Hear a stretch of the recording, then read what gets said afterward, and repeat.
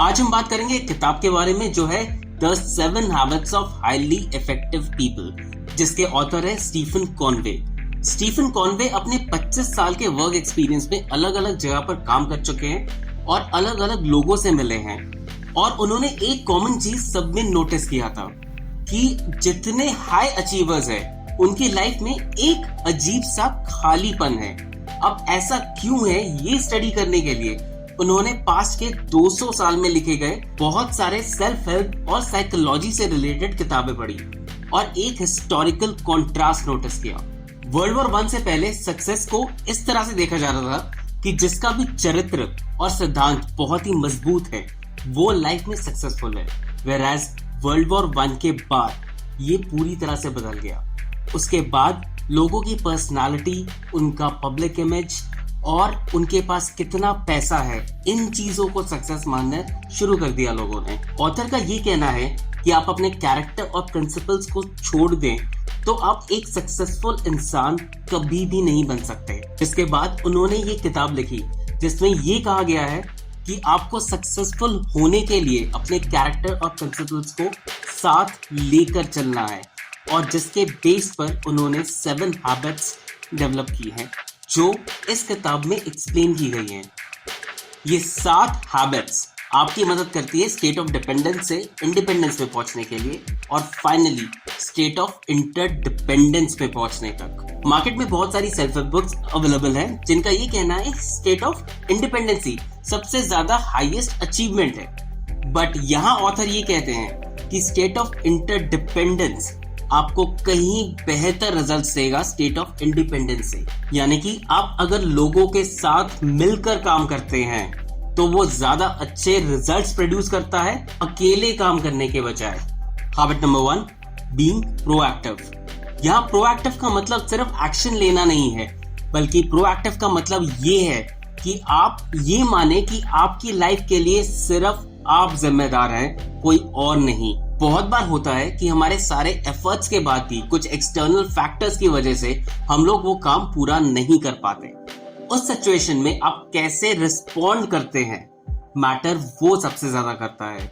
जो प्रोएक्टिव लोग हैं वो उस चीज पे कंसंट्रेट करते हैं जो वो कंट्रोल कर सकते हैं, वेयरएज जो रिएक्टिव लोग हैं वो उस चीज पर कंसंट्रेट करते हैं जो वो कंट्रोल नहीं कर सकते, और एंड में उनको विक्टिम बनने की फीलिंग आती है। अगर आप प्रोएक्टिव बनना चाहते हैं तो ये बहुत ज्यादा इंपॉर्टेंट हो जाता है कि आप जो भी कमिटमेंट्स अपने आप से करते हैं वो आप पूरा करें। यहाँ ऑथर का ये कहना है कि आप एक 30 डेज का टेस्ट अपने आप को दें और छोटे छोटे टास्क को कमिट करें और ये देखें कि आप पूरा कर पाते हैं या नहीं। अगर आप 30 डेज तक जो भी टास्क आप लेते हैं वो पूरा कर लेते हैं सक्सेसफुली डिस्पाइट एक्सटर्नल फैक्टर्स या सर्कमस्टांसेस, आप प्रोएक्टिव बन सकते हैं। Habit number 2, begin with the and in mind. यहाँ पर ऑथर ये कहते हैं कि एक बार अपना फ्यूनरल इमेजिन कीजिए और ये सोचिए कि आप क्या चाहते हैं कि लोग आपको कैसे याद रखें, प्रोफेशनली आपके अचीवमेंट्स को लेकर और पर्सनली कि आपने उनकी लाइफ में क्या चेंजेस लेकर आए। अब इस चीज को मद्देनजर रखते हुए आपको अपनी पूरे लाइफ का गोल सेट करना है, प्रोफेशनल और पर्सनल। उसके बाद एवरी सिंगल डे आपको उस गोल की तरफ बढ़ते रहना है और काम करते रहना है। इस गोल सेटिंग के बाद आपको अच्छी तरह से पता होगा कि आपके लाइफ में क्या इंपॉर्टेंट है और आपको किस डायरेक्शन में काम करना है। Habit number 3, put first things first. इसका सीधा मतलब है लर्न टू प्रायोरिटाइज। आपकी लाइफ में कुछ चीजें ज्यादा इंपॉर्टेंट है कंपेयर टू अदर थिंग्स, इसलिए आपको ये पता होना चाहिए कि किस टास्क पे मुझे ज्यादा टाइम देना है और कौन सा टास्क मुझे पहले करना है। इसके साथ साथ आपको ना बोलना भी आना चाहिए। जैसे कि अगर आपको कल प्रोजेक्ट सबमिट करना है अपने ऑफिस में और कल ही डेडलाइन है, एट द सेम टाइम कोई आपको पार्टी के लिए इनवाइट करता है जहां पर बहुत इंसिस्ट करने के बाद भी आप नहीं जाते हैं और प्रोजेक्ट पे कंसंट्रेट करते हैं। पार्टी में जाने से ना बोलने का सिंपल मतलब ये है कि आप उस प्रोजेक्ट को ज्यादा प्रायोरिटी दे रहे हैं पार्टी के बदले। Habit number 4, think win win. इसका सीधा मतलब ये है कि कोई भी सर्कमस्टांस, सिचुएशन या डील के अंदर एक पार्टी का नुकसान और एक पार्टी का फायदा नहीं होना चाहिए, बल्कि दोनों पार्टीज सैटिस्फाइड रहने चाहिए और सैटिस्फाइड होकर, खुश रहकर वो डील को कंप्लीट करें। इसके लिए ऑथर कहते हैं कि आप एक अबंडेंस माइंडसेट डेवलप करें।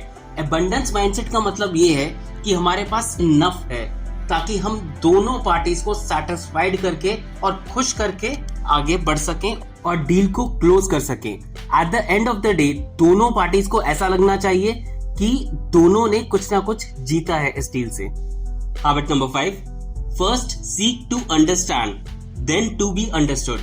ये हैबिट आपके इंटरपर्सनल रिलेशनशिप्स को इंप्रूव करने के लिए है, क्योंकि ज्यादातर लोग सुनते हैं सिर्फ रिप्लाई देने के लिए, पर आपको सिर्फ रिप्लाई देने के लिए नहीं सुनना है, आपको सुनना है उसकी पूरी बात समझने के लिए कि वो क्या कहना चाहता है, वो किस सिचुएशन में है और उसका क्या इंटरप्रिटेशन निकल सकता है। जब आप किसी की भी बात को इतनी अच्छी तरह से सुनते हैं तब वो इंसान ज्यादा ओपन अप होता है और आपको एक क्लियर पिक्चर मिलता है रियलिटी का कि आखिर वो चल क्या रहा है। जब आपको लगे कि आपने पूरी तरह से समझ लिया है कि वो क्या कहना चाहता है और वो सिचुएशन को इंटरप्रेट कर लिया है, उसके बाद टाइम आता है कि आप अपनी बात कहें। ऐसा करने से आपकी बात की वैल्यू कहीं कहीं ज्यादा होगी देन जस्ट सुनकर रिप्लाई करने से। Habit number 6, synergise. ये इस कॉन्सेप्ट पे बेस्ड है कि the whole is greater than the sum of its parts. एक टीम में अलग अलग तरह के लोग होते हैं, अलग अलग माइंडसेट के साथ। सब में आपस में डिफरेंसेस भी होते हैं, पर यहाँ पे ऑथर ये कहते हैं कि अपने डिफरेंसेस को साइड पे रख के एक सिंगल यूनिट की तरह काम करें ताकि आइडियाज और स्ट्रेंथ एम्पलीफाई हो सके और जो ग्रेटर रिजल्ट प्रोड्यूस होगा वो कहीं कहीं बेहतर होगा अलग अलग काम करने से। एक बार आपने अपनी टीम में सिनर्जी अप्लाई करके अचीव कर ली तो जो क्रिएटिविटी और परफॉर्मेंस निकलेगी उसी से आपके डिजायर्ड रिजल्ट्स आ पाएंगे। ये वो सिचुएशन है जहां पर टीम में लोग अपने आपस के डिफरेंसेस को वैल्यू करते हैं, एक दूसरे को रिस्पेक्ट देते हैं और एक साथ काम करते हैं रिजल्ट्स प्रोड्यूस करने के लिए। Habit number 7, sharpen the stock. इसका मतलब ये है कि कंटिन्यूअस लर्निंग और इम्प्रूवमेंट बहुत ज्यादा जरूरी है आपकी जिंदगी में। इसके अंदर आता है फिजिकल हेल्थ, आप रोज एक्सरसाइज करें, एक अच्छी डाइट लें, सोशल एंड इमोशनल हेल्थ, थोड़ा टाइम स्पेंड करें उन लोगों के साथ जो आपको बहुत ज्यादा प्यार करते हैं, जैसे कि आपकी फैमिली, आपके क्लोज फ्रेंड्स।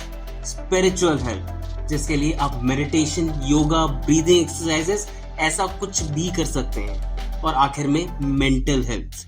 मेंटल हेल्थ के लिए रीड करना जरूरी है। कंटिन्यूअस रीड करें, अपने दिमाग को फीड देते रहें और समय समय पर कुछ ना कुछ नया सीखते रहें। अब ये सारी चीजें इंटरडिपेंडेंट भी है। अगर आपकी हेल्थ अच्छी रहेगी तो आपका दिमाग भी स्ट्रांग रहेगा और ये सब कुछ जरूरी है ताकि आप लॉन्ग टर्म में इफेक्टिव रहे और ग्रो करते रहें। उम्मीद है ये वीडियो आपको पसंद आई होगी। अगर आप ये सारे हैबिट्स अपनी लाइफ में इंटीग्रेट कर पाए तो जरूर आपकी लाइफ बहुत ही ज्यादा अलग हो जाएगी और लॉन्ग टर्म इफेक्टिवनेस और पर्सनल फुलफिलमेंट की तरफ आप आगे बढ़ते चले जाएंगे।